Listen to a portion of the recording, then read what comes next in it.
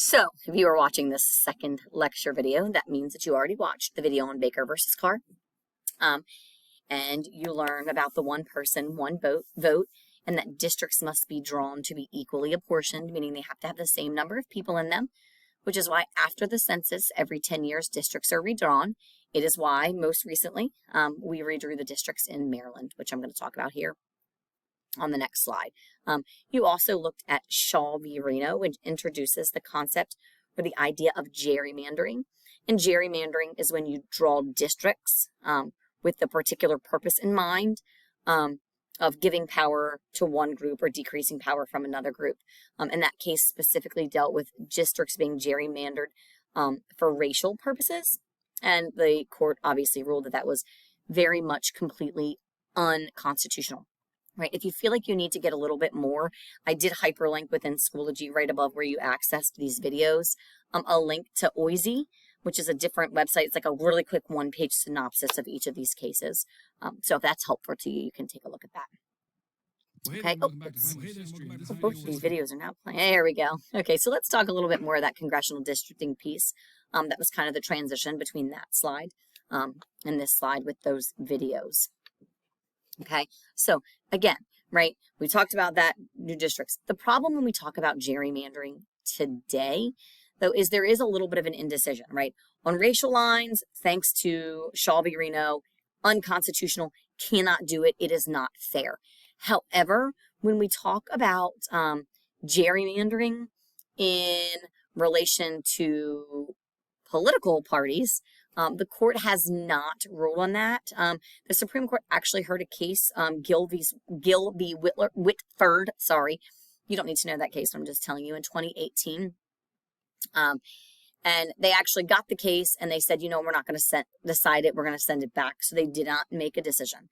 So as of right now, partisan gerrymandering, or when one party controls the state legislature, right, because state legislatures draw them, if the legislative branch is controlled by the Republicans, then the Republicans have the ability to draw the districts, and they may do so in a way that continues to support them. Vice versa with the legislative party. Okay. With that, I did want to kind of show you a couple of maps of the state of Maryland that look at this topic. Right. So get my big old head out of your way. All right. So this map down here on the left is the map that we used in the last election. You can see much, much, much greater gerrymandering, right? So if you look right here and we see these weird shapes, like look at Maryland 3, District 3, right? So the rule is it has to be contiguous or it has to touch. That could be that it touches by one house, but the entire district has to geographically touch each other part of the district. So you couldn't have like this little top part in Maryland up here is one district, and then the bottom right part of Maryland as the same district. So it has to touch each other. Okay, so you can see very clearly, like this used to be District 4, right? It's insane when you look at District 4 on the bottom left. If you move up here now and you look at the new districts, right? The very, very first election with these new districts is happening in this election that's coming up on Tuesday. So I'm really interested to see. Something that is important to note, right? If you do look in the middle part of Maryland, right, you do see that it is a little bit better. Those lines are not as crazy drawn as the one on the bottom left all over the place, particularly if you look at districts 4 and 5, which are on the bottom map, red and a shade of blue. And on the top right-hand map, they are green and a shade of orange.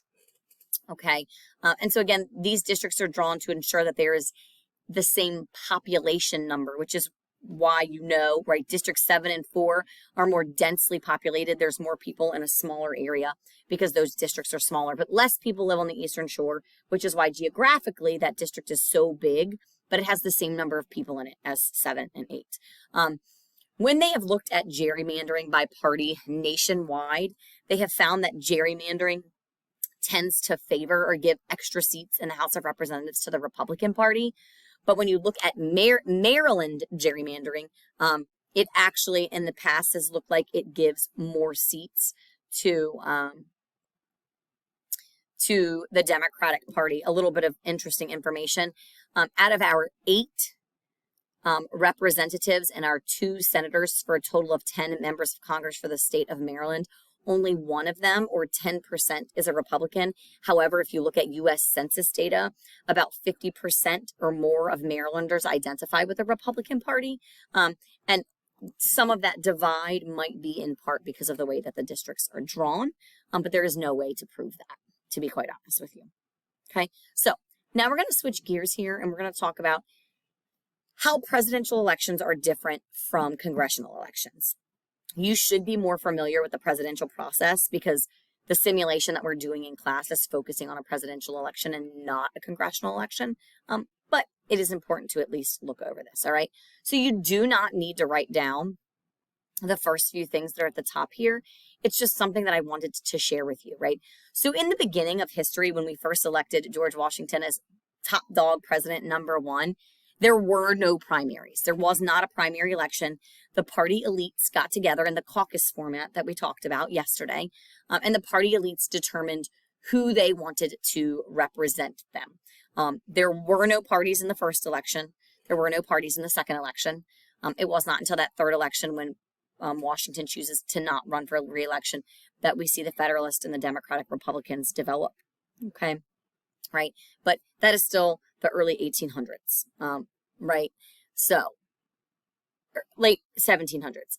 It is not until 1901 that we see the first presidential primary where the people were actually allowed to go to the polls to determine who they wanted to represent their party, because that's the purpose of a primary, in an election, and that was Florida. And again, you don't need to know that.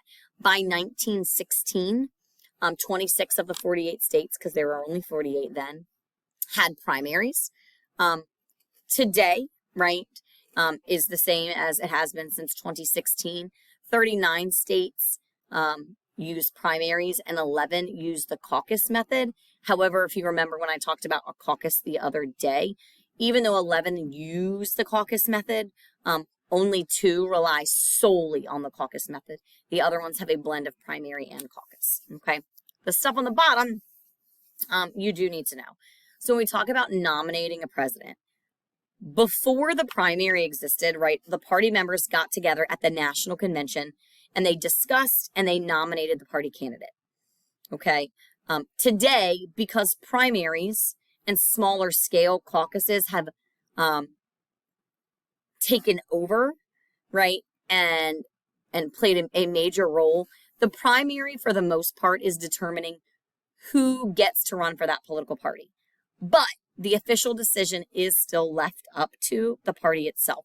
So in the summer before a presidential election, so in the summer of 2024, the Democratic Party and the Republican Party will have a national convention.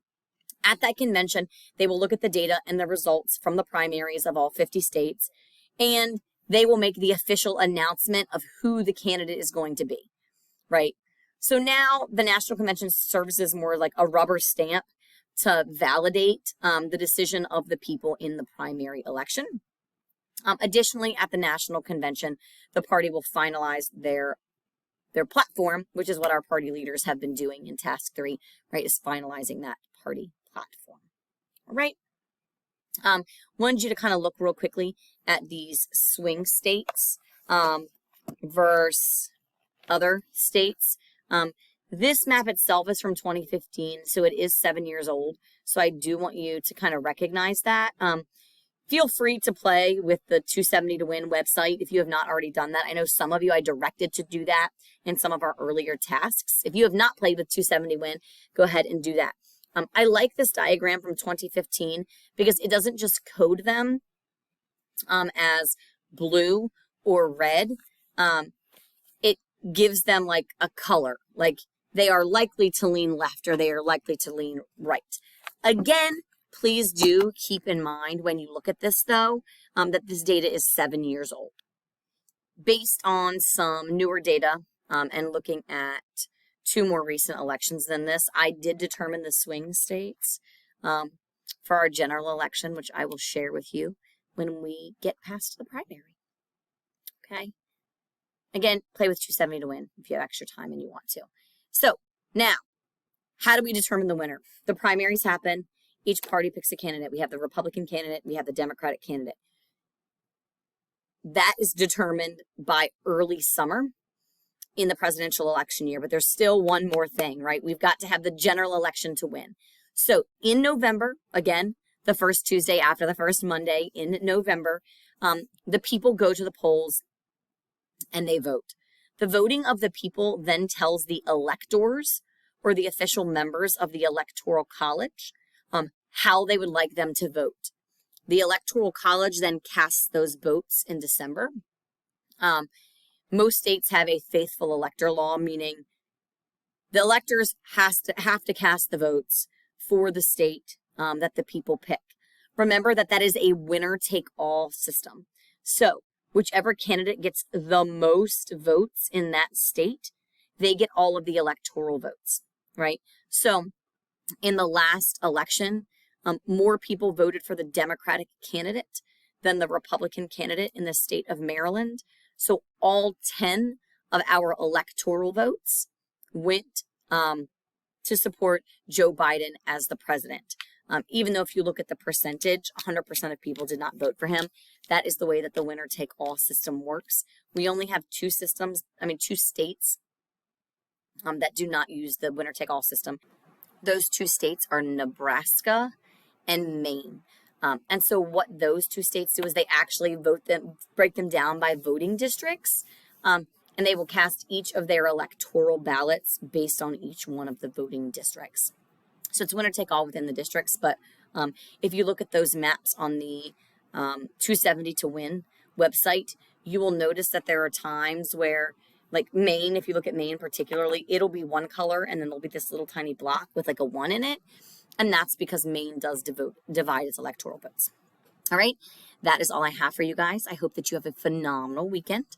I will see you on Monday, and on Monday we will do our research and our in-class voting for the actual real, not the simulated presidential election that we're doing, but the real election that we have off school for on Tuesday. With that, if you have any questions, please reach out and feel free to watch the video as many times as you need to get your notes. Have a good one.